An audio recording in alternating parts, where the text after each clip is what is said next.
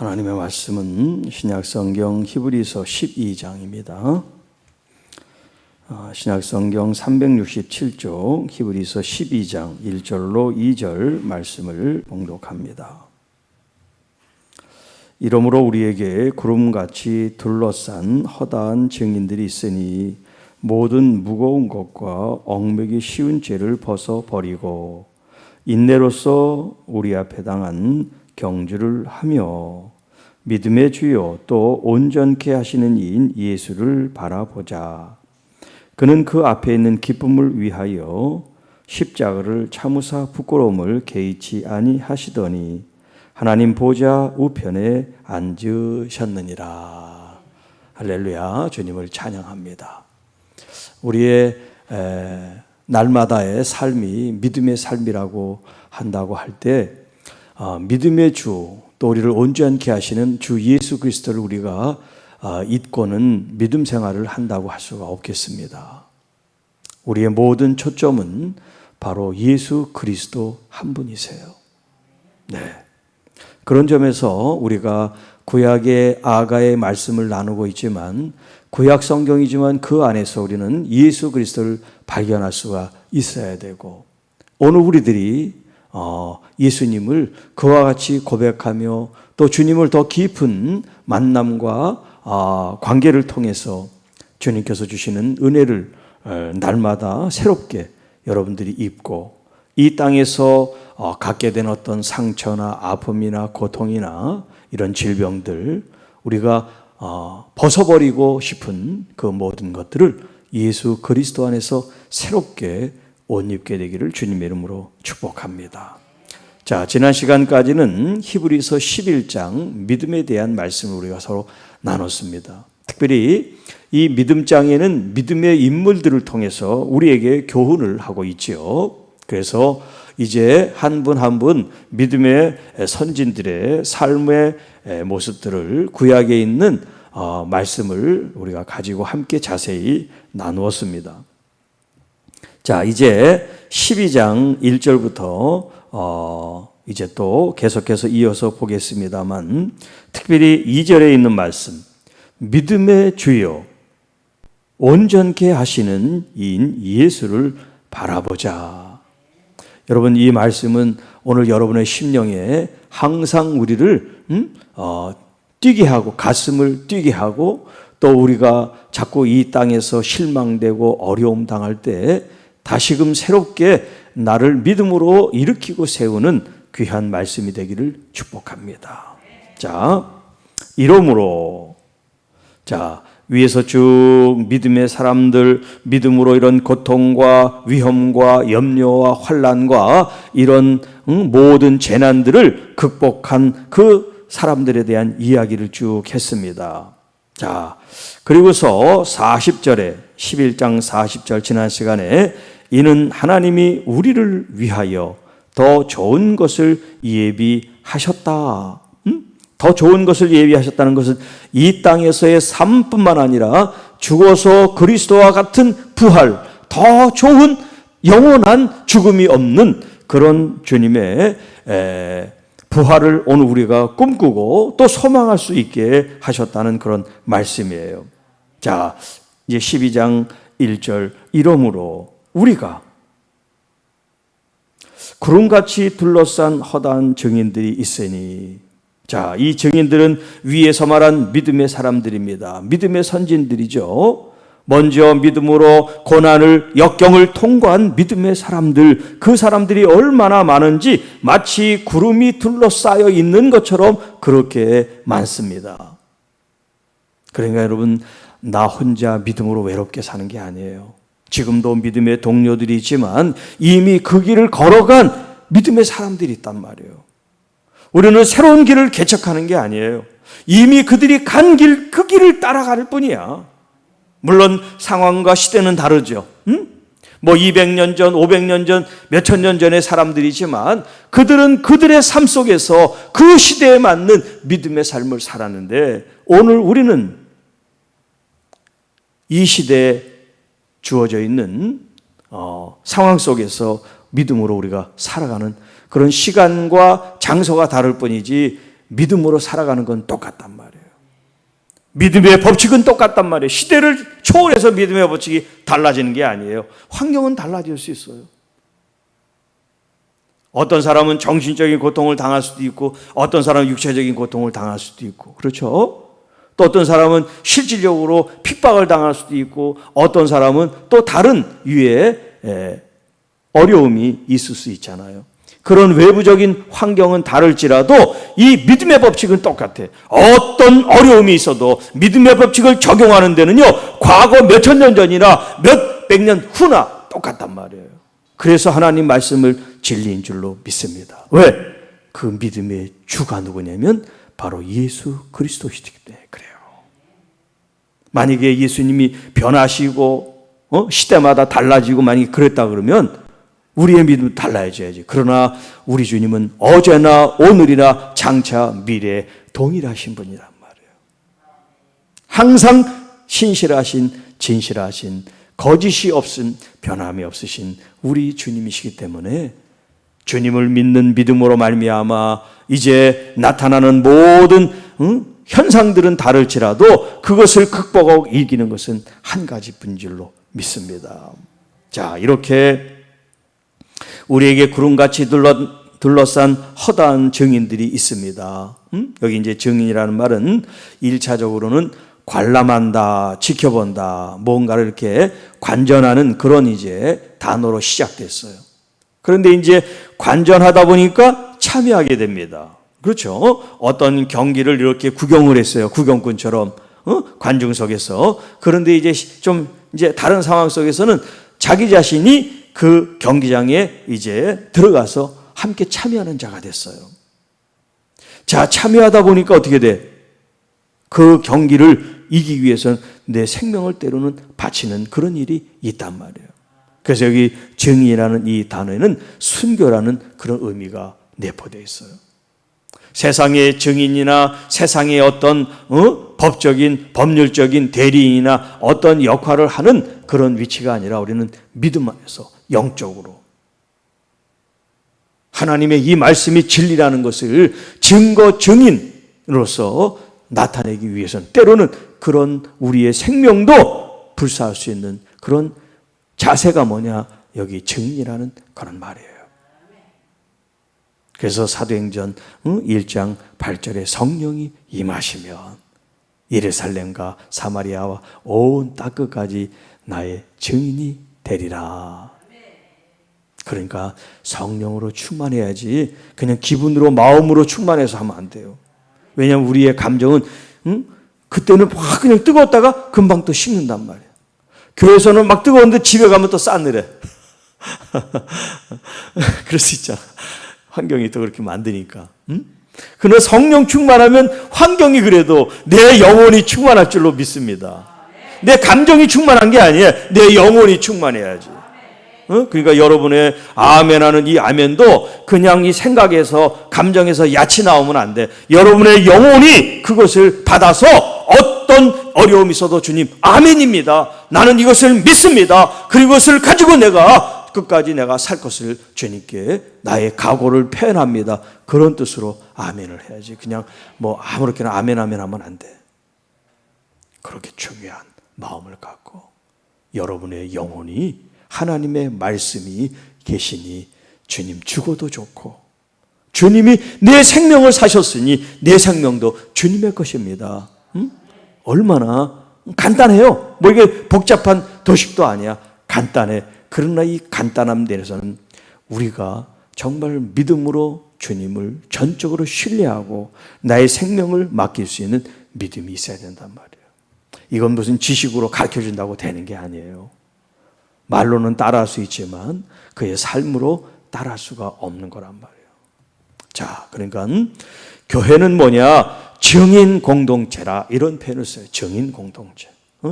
모두가 다 성령으로 충만해야 됩니다. 그래서 오순절 다락방에 성령의 강림이 있었던 거예요. 성령님이 그렇게 폭발적으로 역사하지 않고는 왜 견디고 이길 수가 없으니까. 왜 세상에 이런 권세와 이런 속임수와 수수가 더 강하니까. 순진해서는 당하지 못하니까. 성령으로 충만해야 그 세상적인 것들을 이길 수 있기 때문에 성령 충만을 우리에게 부어주신 거예요. 그리고서 교회가 시작됐어요. 사도들이나 집사들이나 모든 성도들이 다 믿음으로 충만하고 성령으로 충만했다고 그랬어요. 우리 역천동 교회도 또 이 말씀을 듣는 모든 주의 자녀들과 섬기는 교회도 성령 충만한 하나님의 몸과 또 지체와 공동체가 되기를 축복합니다. 자, 이 증인들이 이제 허다한 증인들이 있는데, 자, 모든 무거운 것 또 얽매기 쉬운 죄를 벗어버리고 인내로서 우리 앞에 당한 경주를 한다. 자, 지금 우리가 믿음으로 지금 마치 달리기 하는 그런 경주처럼, 달리기 하는 선수처럼 비유를 하고 있어요. 자, 군인들은 나라의 부름을 받고 이제 군대에 입대를 해서 훈련을 받고 군인으로서 성장하죠. 우리가 예수를 믿게 된 게 뭐냐면 하나님의 나라의 군사로 우리가 모집이 된 거예요.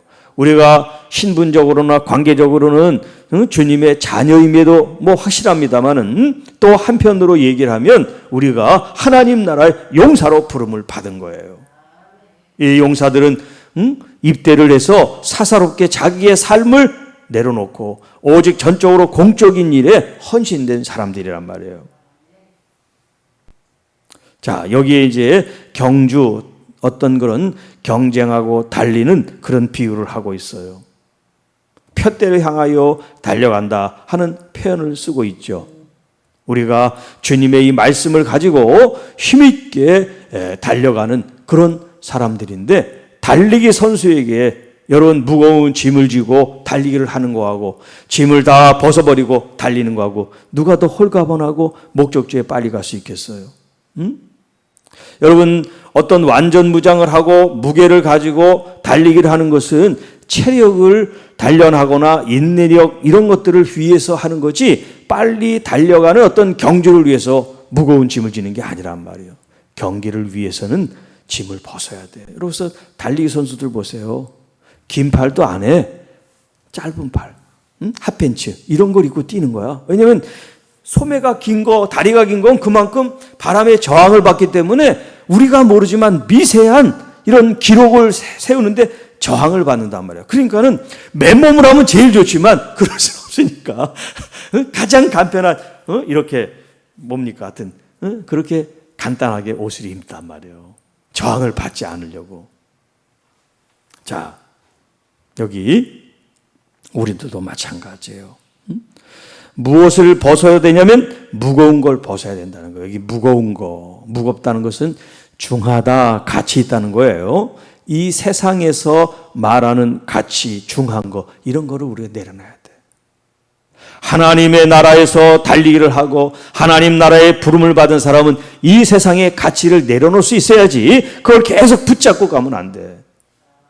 그렇지. 그래서 마치 부자가 바늘길을 낙타가 바늘길을 가는 것과 같다 그렇게 표현하죠. 이 부자가 천국에 들어가는 게 이렇게 어렵다 이런 표현을 쓰고 있잖아요. 그러나 그 짐을 벗어버리면 쉽게 들어갈 수가 있단 말이에요. 오늘 여러분에게 중한 거, 무거운 거, 세상적인 것이 무엇인가를 여러분들이 잘 분별을 해야 돼요. 그걸 계속 붙잡고 있지 않고 그것을 내려놓음으로써 우리 주님의 우리가 해야 될 마땅한 이 경주를 믿음으로 여러분이 달려나갈 수 있기를 주님의 이름으로 축복합니다. 두 번째 벗어버릴 것은 뭐냐면 얽매기 쉬운 죄다. 여기 이제 죄라고 하는 것은 우리가 이 땅에서 짓는 그런 죄의 세세한 어떤 항목들, 죄의 종류들 그런 걸 얘기를 하는 것이 아니라 어떤 우리가 죄를 짓는 죄성, 죄라고 하는 그 대표성을 가지고 얘기를 하는 거예요. 세세하게 말하는 게 아니라 그 죄라고 하는 큰 개념에 대해서 얘기를 하는 거예요. 얽매이기 쉬운 죄를 벗어버리고, 자, 하나님 앞에 우리가 더 가까이 나가고 하나님과 친밀해지고 하나님과 사랑을 우리가 나눔에 있어서 어떻게 돼? 정결해야 된다 그랬잖아요. 우리가 주님과의 그 침상에, 주님과의 어떤 사랑의 어떤 그런 하모니, 그런 친밀함을 누리기 위해서는 우리가 신부단장을 해야 된다 그랬잖아요. 정결하게, 깨끗하게. 오늘 여기 있는 말씀도 마찬가지에 얽매기 쉬운 죄를 벗어버리고, 우리가 정말 철저하게 죄에 대한 인식을 갖고 분별하고 그것을 우리가 차단하고 또 끊어내야지 않고는 우리가 하나님의 경주에 완주할 수가 없다는 거예요. 그래서 인내가 필요하다는 거예요.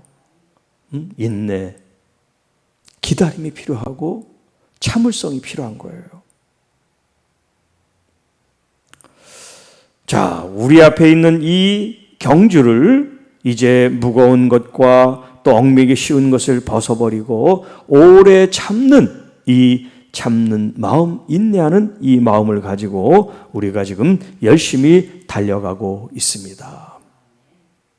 자, 이런 경주하는 이 과정 가운데 우리가 무엇을 바라보고 무엇을 생각해야 되냐면 바로 믿음의 주요 또 우리를 온전케 하시는 우리 주 예수 그리스도다. 자, 달리기를 하면 100m든 아니면 더 400m든 이렇게 있을 때 그 골인 지점이 있잖아요. 그러니까 달리기 할 때는 그 지점을 향해서 보고 달려가죠. 자, 골 지점이 여기인데 달리는 사람이 이거를 안 보고 엉뚱하게 옆으로 가면 열심히 달리긴 열심히 달렸어. 그런데 소용이 없죠. 이거를 보고 달려야지. 엉뚱하게 달려가면 아무리 1등해도 그건 1등이 아니지. 규칙대로 와야지. 여기 이쪽에 와야지. 목적지에 도달해야지. 우리가 신앙생활을 열심히 해요. 봉사도 열심히 해요. 선교도 열심히 해요. 찬양도 열심히 해요. 그런데 예수님께 와야 되는데 예수님께 하고 딴 길로 가. 그러면 우리의 이런 모든 믿음의 행위가 자기 의를 위해서 한 것밖에 안 되는 거예요. 매 순간마다 예수님을 바라보고 예수님을 위한 우리의 헌신과 수고와 우리의 간절한 마음이 있어야 그 목적지를 주님께서 이끌어 나가신단 말이에요. 우리 주님은 정체되어 있는 그런 박제화된 주님이 아니세요. 그분은 인격을 가지고 계신 분이기 때문에 우리와 아이 컨택을 하고 마음과 마음을 맞추면서 주님이 이끌어가기를 원하지, 주님이 한 곳에 저기 있으면 우리는 저기만을 바라보고 죽자사자 가는 게 아니에요. 날마다 인격적으로 때로는 아프고 넘어지고 쓰러지고 고통스러울 때 주님 나 힘들어요. 나 답답해요. 나 억울해요. 나 이렇게 기분이 언짢아요. 이렇게 감정과 우리의 생각을 토로하며 주님의 가슴으로 끌어안고 우리를 쓰다듬고 우리에게 격려를 주시고 입을 맞추고 그렇게 주님께 사랑을 받고 다시 힘을 내서 또 주님이 한 걸음 두 걸음 앞으로 가시면 나도 그 길을 걸어갈 수가 있는 거예요. 그 주님이 어떤 분입니까? 여기 믿음의 주라고 표현하고 있어요. 믿음의 주. 자, 여기 이제 주라고 하는 이 번역된 이 원래 이제 원어로 보면 보통 이제 주하면 큐리오스, 주님이라고 하는 말을 썼는데 여기 있는 이 주는 그런 주님이라는 그런 개념이 아니라 이 통치자, 또 무언가를 이끌어서 시작하게 하시는 분, 이런 의미가 있어요. 자, 그러니까 우리가 믿음에서 시작해서 믿음으로 마치는 것처럼 주님께서는 우리를 이끌어 주시고 그 과정 가운데 성취하고 이루게 하시는 분이다 이 말이에요. 시작과 끝이 우리 주님의 관계는 믿음의 관계가 있어야 돼. 이 믿음의 사랑도 있고 소망도 있고 또 인내도 있고 바라봄도 있고 다 있습니다만 믿음으로 우리가 주님과 관계가 되어 있는 거야. 그래서 요한복음 1장 12절 영접하는 자 곧 믿는 자들은 하나님의 자녀가 되는 뭘 줘요? 특권을 주신다 그랬죠. 권세를 주신다 그랬어요. 이게 바로 우리의 신분인 거예요. 과거에는 예수를 믿지 않던 때는 우리가 다 죽을 수밖에 없는 죄인의 신분이지만 예수님을 믿을 때, 영접할 때 우리는 하나님의 자녀가 되는 신분, 권세, 특권을 얻게 됐다는 거예요. 자, 이게 바로 믿음이란 말이에요. 주님이 나를 위해서 십자가를 지시고 지금도 살아계셔서 우리를 위해 중보하시는 분이라는 것을 내가 믿을 때, 그 주님으로 인하여 다시 믿음의 여정을 떠나게 되고, 그 과정마다 또 믿음의 주님이 나를 일으켜 세우시고, 그리고 그 다음 온전케 한다 하는 말이 있는데, 이 온전하다는 말이 뭐냐면 성취, 완성 이란 뜻이 있어요. 우리가 이제 목적지를 향하여 어떤 일을 다 완수하고 완성하는 것을 이제 가리키는 단어가 여기 이제 온전하다. 예수님께서 십자가의 상에서 다 이루었다라고 말씀하신 그 단어를 쓰고 있어요. 우리를 온전케 한다. 그러니까 우리의 노력과 수고로 완성되는 것이 아니라 예수 그리스도의 공로, 주님의 이 피 흘리심으로 말미암아 우리가 성취되고 완성되는 줄로 믿습니다. 우리가 무슨 열심히 일을 하고 무슨 어떤 업적을 나타내야 성취하고 완성하는 게 아니에요. 오직 완성하고 성취하시는 분은 우리 주 예수 그리스도 한 분밖에 없다. 다만 우리는 그 완성되고 성취한 것을 믿고 우리에게 이 부르심을 성실하게 하루하루 주님과 함께 나아갈 뿐이죠. 우리가 무슨 성취를 위해서, 완성을 위해서 아등바등 이렇게 애쓰고 힘쓰는 게 아니라는 거예요. 새벽부터 늦은 밤까지 주님을 바라보며 살아가는 여러분들은 무언가 성취하기 위해서가 아니라 주님과 하나가 되기 위해서, 하나된 삶을 살다 보니까 성취된 거야, 이루어진 거야, 완성된 거야. 누구 때문에? 주님 때문에. 오늘도 말씀드렸지만 예수 그리스도가 없는 어떤 꽃도 향기도 의미가 없다 그랬어요. 주님을 바라보지 않고 주님을 원하고 사랑하고 기대하고 소망하지 않는 모든 우리의 행위는 배설물처럼 여겨야 돼요. 자, 여기 예수를 바라보자라고 할 때 이 바라본다 하는 이 단어가요, 그냥 볼 수도 있죠. 지나가는 사람 그냥 보는 것처럼 아무 생각도 없이 그냥 눈에서 보이니까 보는 것처럼 그렇게 볼 수도 있고, 또 자기의 의식을 가지고 사람을 주목하여 보는 그런 바라봄도 있어요. 여기 지금 이 바라본다는 게 두 번째 해당되는 거예요. 내 의지, 생각, 주의력을 가지고 바라보는 거예요. 내 마음으로 바라보는 거예요. 여러분, 주님을 힐끗 지나가는 사람처럼 보면 안 돼요.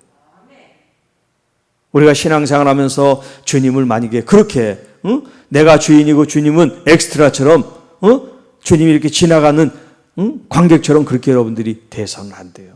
우리가 엑스트라고 주님이 주인공이신 거죠. 그런 하나님의 아들, 이 세상의 만왕의 왕이신 주님을 내가 나의 주님으로 고백하고 나의 신랑으로 믿고 따른다는 거, 이게 영광스러운 일이고 존귀한 일이죠. 자, 그렇기 때문에 여러분의 의식 속에 우리 주 예수 그리스도에 대한 생각과 마음과 바라봄이 없는 신앙생활은 상상할 수가 없는 거예요. 자, 그런 관점에서 우리가 아가서를 예수 그리스도의 이 중심으로 해석을 하고 이해를 하고 그 말씀을 우리가 받는 건 굉장히 중요합니다. 또 아가서뿐만 아니라 모든 성경 66권 전체가 예수 그리스도의 이 구속사적인 관점에서 주님과의 관계 속에서 말씀이 해석되고 이해되고 풀이되고 선포돼야 될 줄로 믿습니다. 그러니까 이단들은 중요한 걸 알아서 그 예수 그리스도의 그 중요성을 알고 내가 재림한 예수다, 내가 메시아다, 그렇게 얘기를 한단 말이에요. 예수님이 중요한 걸 아니까. 그러니까 가짜가 많은 거야. 진짜가 있기 때문에. 진짜가 없으면 가짜가 있을 수가 없어요. 진짜가 있기 때문에 카피되고 모방된 게 있는 거예요.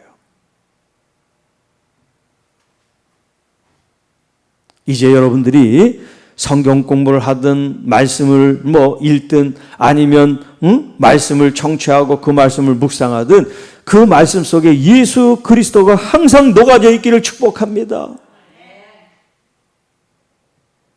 그 본문에는 예수라는 예자가 없습니다만 여러분의 그 영 안에는 그 말씀이 예수님을 더 알게 해주고 예수님에게로 더 이끌어주고 예수님을 더 만나게 하는 하나님의 말씀이 되도록 해석하시기를 축복합니다.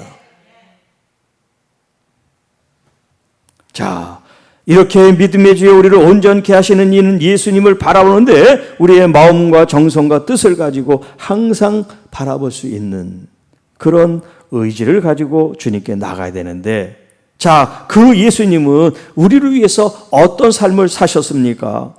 여기 대표적으로 예수님은 십자가를 지신 삶을 사셨는데, 자, 그는 그 앞에 있는 기쁨을 위하여 십자가를 참으사.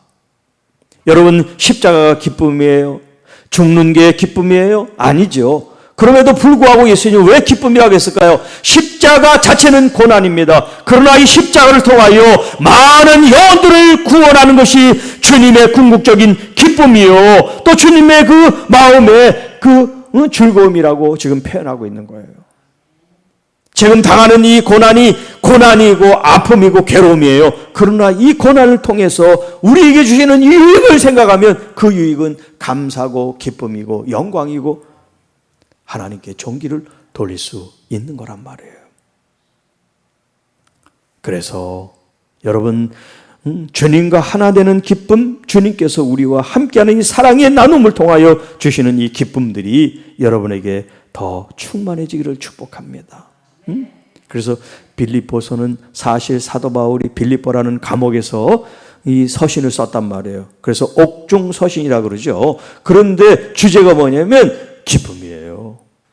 아니, 감옥에 있는 사람이 기쁠 게 뭐가 있어? 그런데 기쁘단 말이에요. 그건 육체적으로 비록 죄수의 몸으로 갇혀 있지만 그 영혼은 자유하단 말이에요. 내 마음이 주님을 사랑하고 주님이 나를 사랑하는 이 마음이, 여러분, 감옥에 있든 안방에 있든 어디에 있든 무슨 장애가 있습니까? 장애가 있을 수 없죠.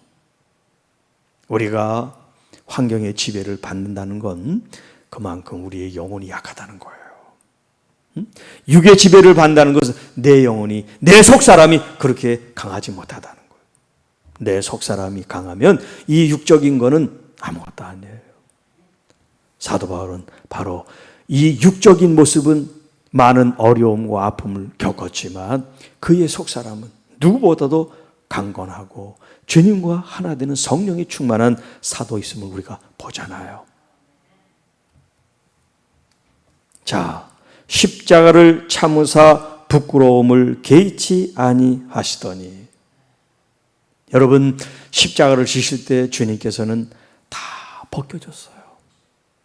만인 앞에 그 육체가 드러났어요. 죄인 때문에, 자신의 죄 때문이 아니고 우리들의 죄 때문에, 우리들의 수치와 모욕을 주님께서 다 담당하신 거예요. 자, 그렇게 주님은 부끄러움을 개의치 아니하시더니 하나님 보좌 우편에 앉으셨습니다. 이 보좌에 앉았다는 것은 통치를 말합니다. 다스림을 말합니다. 하나님의 그 아들로서의 역사를 의미하는 거예요.